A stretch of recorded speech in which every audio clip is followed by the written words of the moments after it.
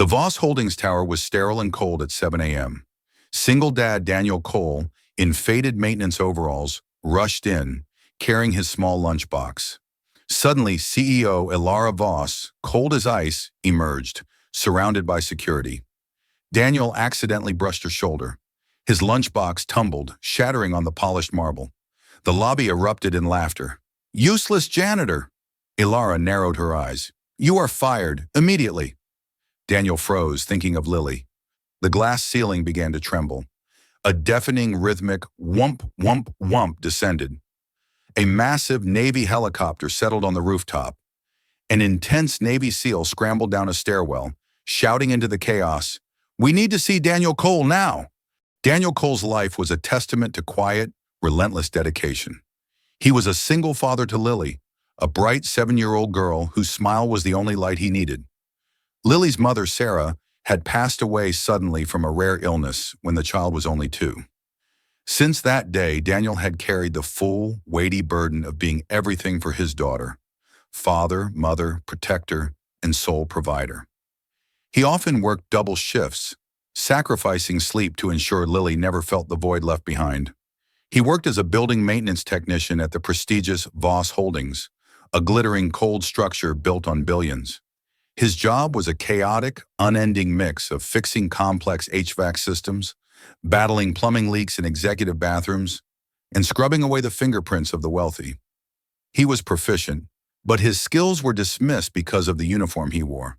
Every dollar he earned was hard-fought, put immediately toward Lily's school fund and her infrequent, yet vital, doctor visits. In this opulent, skyscraper environment, Daniel was chronically invisible. The high-powered, silk-suit executives and financial analysts, obsessed with quarterly reports and market fluctuations, saw him as an indistinct smudge, a low-caste laborer whose physical presence was necessary but whose existence was utterly irrelevant. He was the man who kept the polished chrome clean but was never allowed to touch the company's gold. He moved through the halls with a soft step, avoiding eye contact, conscious of his worn boots against the Italian marble floors. Ilara Voss was the exact opposite of Daniel. She was a corporate phenomenon, the youngest CEO in the company's history, a razor-sharp intellect inherited from her industrialist father, coupled with an impenetrable, icy exterior, earned her the nickname the Glacier among staff. She was a demanding perfectionist. She valued time, efficiency, and exponential profit above all else. Her emotional output was zero. Sentimentality, she believed, was a fatal business flaw. She had never once spoken to a janitor unless it was to issue a complaint. This morning, Daniel had left early, as usual, to prepare for his shift. But Lily had woken up with a slight fever, a persistent, nagging cough that had kept him awake since 3 a.m. Nothing serious, but enough to require Daniel to spend a few extra precious minutes making sure she had her specialized medicine, her favorite stuffed penguin, and a comforting blanket. He knew the risk, but Lily came first. This small, crucial act of fatherhood cost him. He clocked in the 6 minutes past the official start time, the digital clock flashing an ominous red. Ilara didn't care about the reasons. She didn't ask about the slight redness around his eyes from a sleepless night of worry. She stood rigid, her stance unyielding, observing the digital timer.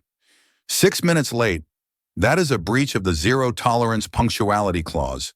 Section 3.1, Employee Handbook. You are terminated. Daniel, utterly crushed, pleaded softly, his voice barely audible. The shame was suffocating. "Please, Ms. Voss, I sincerely apologize. It was an emergency with my young daughter. I just need this job.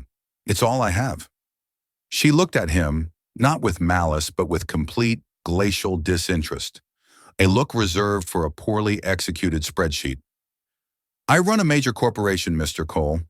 Punctuality is the bedrock of discipline. I do not run a nursery school." Her words were precise, cutting, and delivered without any trace of human warmth or empathy. The head of security, a man named Marcus, unaware of his own impending involvement, stepped forward immediately. He reached out and, with a swift, cold yank, tore Daniel's employee badge from his shirt. The lanyard snapped, the plastic badge hitting the floor with a pathetic clatter.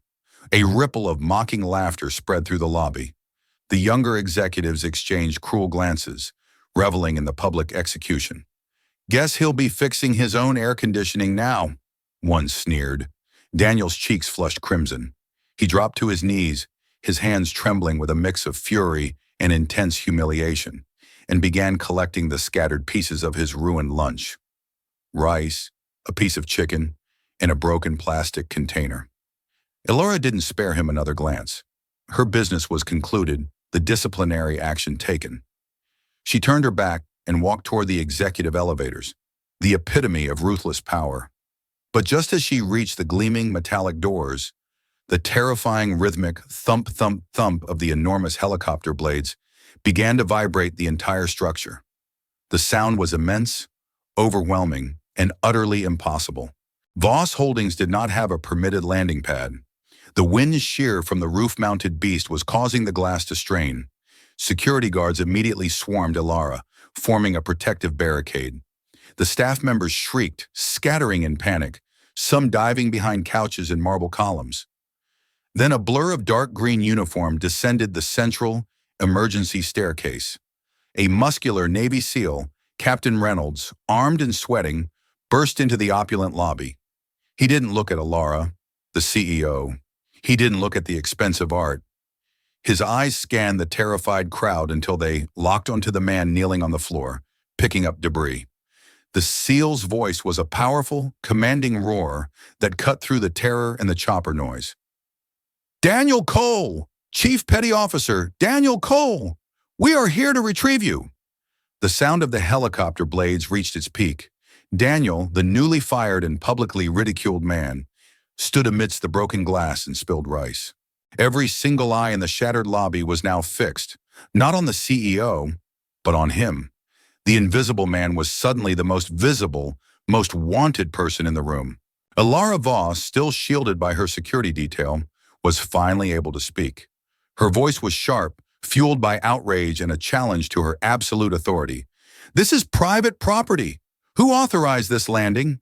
You are violating FAA regulations and trespassing on corporate land. I will have you arrested." The Navy SEAL, Captain Reynolds, ignored her official fury. He walked directly past the CEO, his boots crunching lightly on the shattered glass of the lunchbox, and stopped in front of Daniel. He saluted, a sharp, respectful, and entirely unexpected gesture that left Elara gasping. His voice was low and firm, designed to convey immediate command. "United States Naval Command, ma'am. We are here on official national security business, seeking one of our most critically necessary assets. Our mission supersedes local ordinances." The entire crowd, reeling from the identity shock, pointed at Daniel, still dressed in his stained coveralls. "He's right there. He was just fired. The CEO just kicked him out for being 6 minutes late." Daniel, caught between the humiliation and the overwhelming military presence, stammered, shaking his head slightly. "Captain, I truly don't know anyone in the military anymore. I haven't been in the service for years. I'm just a janitor now." Elara's rage was instantly eclipsed by a penetrating, urgent curiosity. She stepped forward, ignoring her guards, the need for information overcoming her pride. "Mr. Cole, what is this? What is a chief petty officer? Why is the Navy sending a combat team in a helicopter for you?" Daniel finally met her eye, not with anger, but with a deep, private sense of regret for the life he had put on hold. He sighed, the weight of his forgotten past heavy on his shoulders. He looked every bit the tired single father, yet his eyes held an unnerving intelligence. I used to be a naval aviation engineer, Chief Petty Officer Daniel Cole. I resigned with full honors when my wife passed away. I designed and oversaw the installation of the core flight deck stabilization system on the new carrier class. The effect was instantaneous and profound. The staff who had laughed minutes ago gasped, their faces slack with shock. The executives who had treated him like dirt now stared at a man who commanded more respect in the eyes of a captain than she did. "What?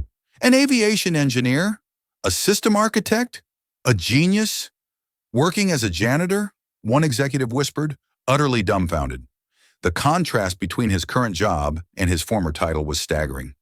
Captain Reynolds opened a secure classified briefcase. He produced a series of complex schematic blueprints that only a handful of people could understand. He held them up, showing Daniel the red markings.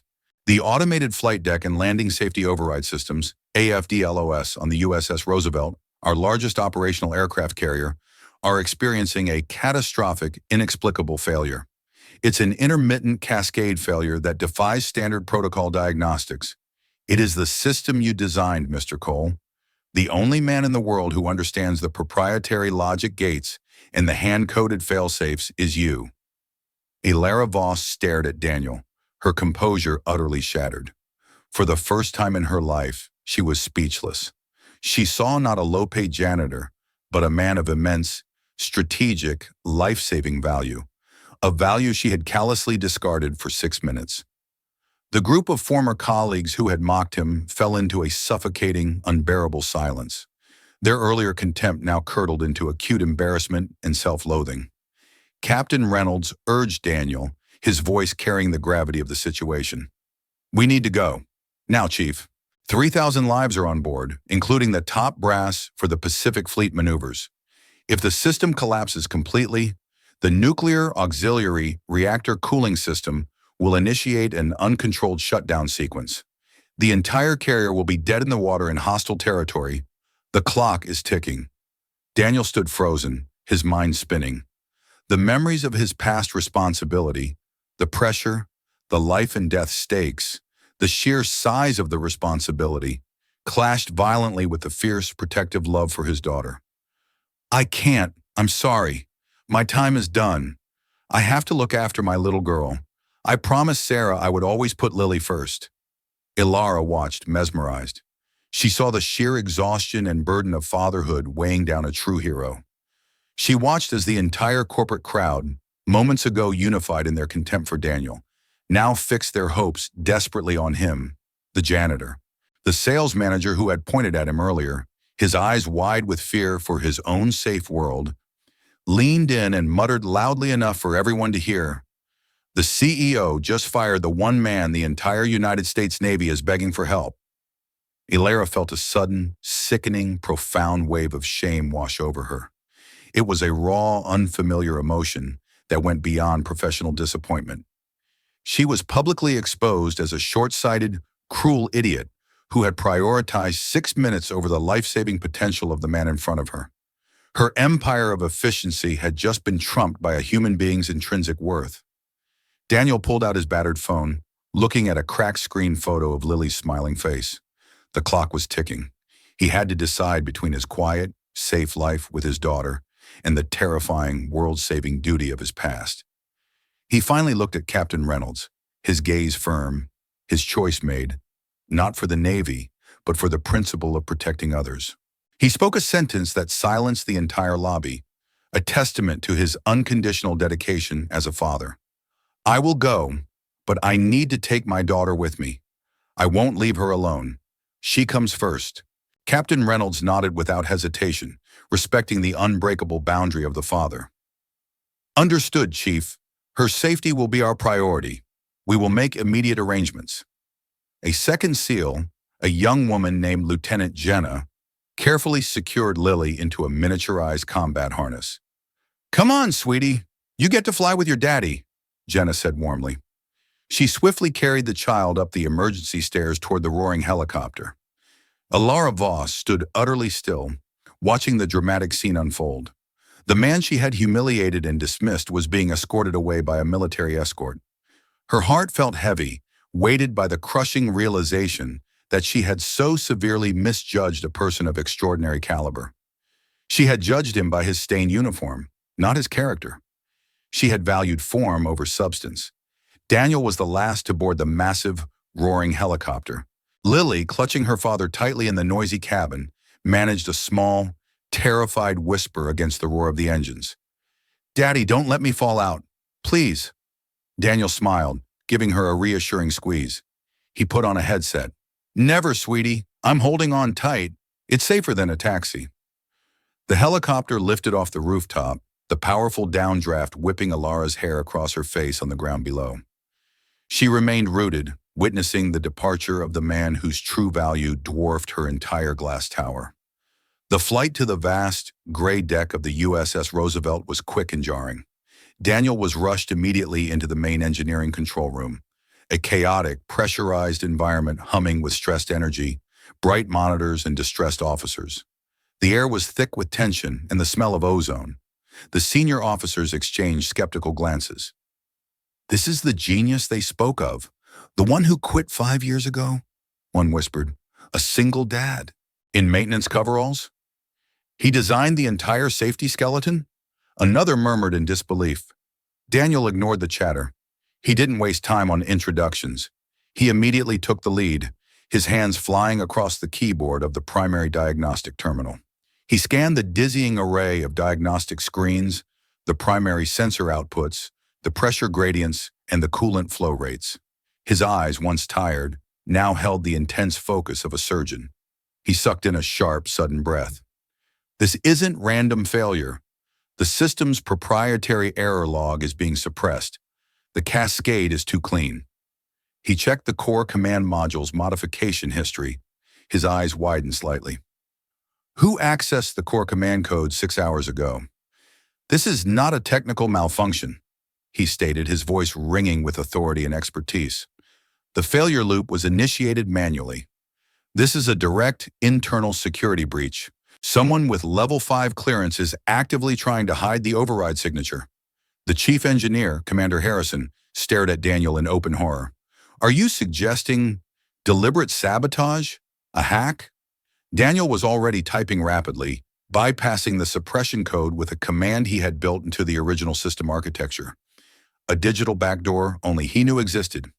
"No, the system is too complex, too physically isolated for a remote hack. Someone within the engineering team intentionally overrode the primary safety parameters and introduced a zero-day exploit designed to trigger AFDLO's failure. Someone wants this system to fail." Daniel's fingers paused on the keyboard. He looked up, spotting the senior engineering analyst he had encountered in Alara's lobby. The one named Marcus, the security guard from Act 1, who had recently been transferred to the Navy after being fired from Voss for internal corruption. Marcus was suddenly trying to slip out of the crowded room, his face pale and eyes darting nervously. "Marcus, stop!" Daniel shouted, his voice echoing in the metallic room. Two junior engineers, startled, moved to block the exit.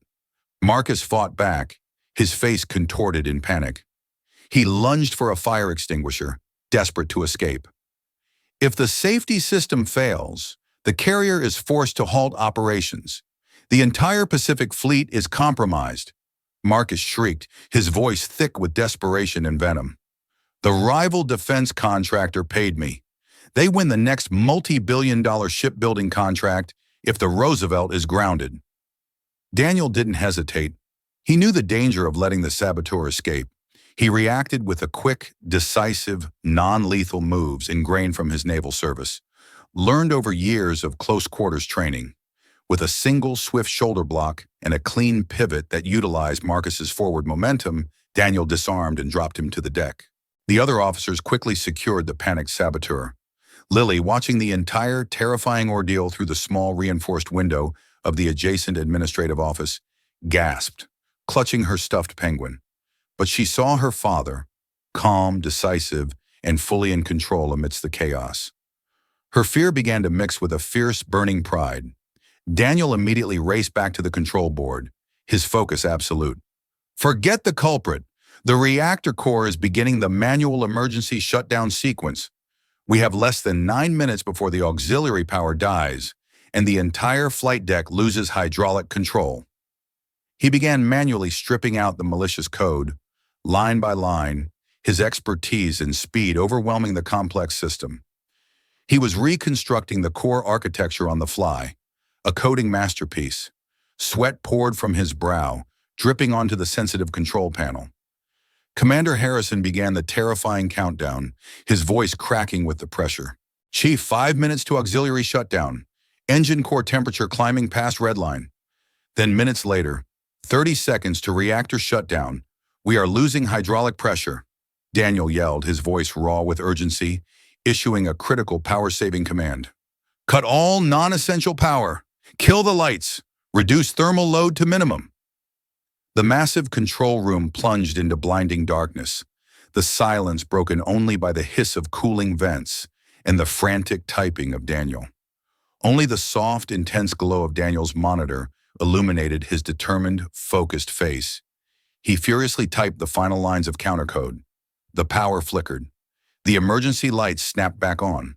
The system status on the main holographic display flashed a clean, steady AF DLOS, 100% online. All systems green. The entire control room erupted in cheers, applause, and relieved shouts. They had been saved by the man Ilara Voss had called a useless janitor. Admiral Hayes, the commanding officer, entered the room, his face etched with profound relief and gratitude. He walked directly to Daniel. Chief Cole, you were the best mechanic and engineer I ever had. You are a national asset. I want you back. Full rank reinstatement. Name your terms. We will provide full-time childcare, housing, anything you need. Daniel looked down at his uninjured hand, which Lily, now escorted in by Lieutenant Jenna, was gently tracing. He saw the pride in her eyes, but also the deep, lingering fear of losing him to the ocean again. He had chosen duty, but Lily had chosen him. He looked back at the Admiral, his decision unwavering, his loyalty clear. No, sir, I'm sorry.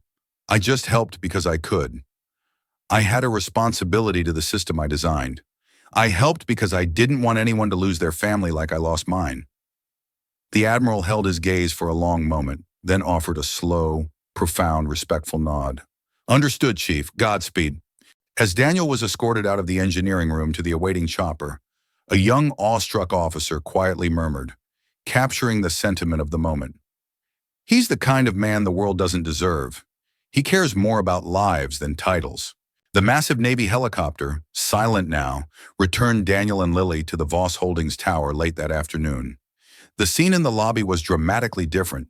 The employees were no longer scattered or laughing. They stood in two neat, silent rows, a spontaneous, respectful guard of honor that stretched from the elevator bank to the main security desk. Their eyes, once filled with professional indifference or contempt, were now wide with awe, respect, and a hint of shame. The invisible man had returned as a visible, undisputed hero. Ilara Voss stood alone in the center of the reception area, stripped of her corporate armor. She was dressed impeccably, as always, but her face was softer, devoid of its usual icy mask. Her shoulders were slightly slumped, a subtle sign of the weight of her regret. Daniel stepped off the elevator, Lily clinging to his side. The crowd remained silent, waiting for Ilara to speak. Ilara approached Daniel, her movements hesitant, uncertain.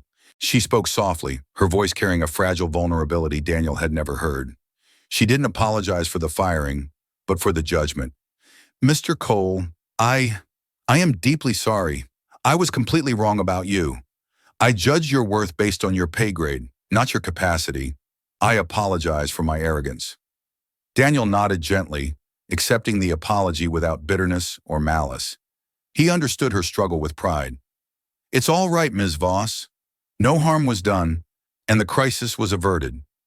Ilara looked down at Lily, who was peering up at the intimidating CEO.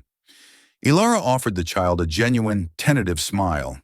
She crouched down slightly, a foreign, awkward movement for her. Would you like some hot chocolate in my office, Lily? The cocoa powder is imported from Switzerland, and I have small marshmallows. Lily's eyes widened, a smile instantly cracking through her tiredness. Yes, please, with extra marshmallows. Ilara stood, taking Lily's small hand in hers and led the girl away, moving past the astonished crowd. She led them into the executive suite, leaving Daniel momentarily stunned. The CEO, the Glacier, was holding a little girl's hand, exhibiting a kindness she had never shown a colleague or even a business partner. Daniel slowly followed them into the vast, silent CEO's office. In the office, filled with minimalist art and expensive leather, Ilara watched Lily happily sip her hot chocolate before turning back to Daniel. I have something to discuss, Mr. Cole. Daniel, expecting a handsome severance package or bonus, nodded. Yes, Miss Voss. Do you want your old job back? She asked without pretense. Daniel paused, sitting on a designer couch. I need employment, Ms. Voss. I need to provide for my daughter, but I refuse to work anywhere where I am seen as worthless or invisible. Ilara walked to the floor-to-ceiling window, looking out over the sprawling, cold city. Then work directly with me. I've already spoken to the board. I'm creating a new dedicated department, Director of Technical Safety and Integrity. You will oversee all critical systems, not just the plumbing. You will report only to me. Daniel was genuinely bewildered. Me? But I don't have the internal corporate paperwork for that. I was a Navy engineer. Ilara turned back, her voice firm, resolute. You just saved 3,000 American sailors, secured a $100 billion military asset, and foiled a foreign industrial sabotage attempt. Your former job at the Navy made you a national hero. Your competence is beyond reproach. I trust you to save this company, too. We need your integrity. She looked at him for a long, revealing moment, her gaze no longer judging, but seeking a connection, a lesson. She spoke quietly, a confession that finally broke the last piece of ice surrounding her CEO persona. I want to learn how to see people, Daniel. I want to learn how to look past the uniform and see the true human potential and worth beneath it, just like you showed me. 1 month later, the Voss Holdings atmosphere was subtly, profoundly changed. Daniel Cole was no longer the janitor. He was the Director of Technical Integrity, a respected pillar of the company, his office adjacent to the CEO's suite. He implemented complex military-grade security protocols, and his decisions were never questioned. The staff now treated him not just with respect, but with profound gratitude and deference. Lily was a frequent visitor after school. Her bright laughter and small crayon-drawn pictures softened the hyper-efficient executive wing.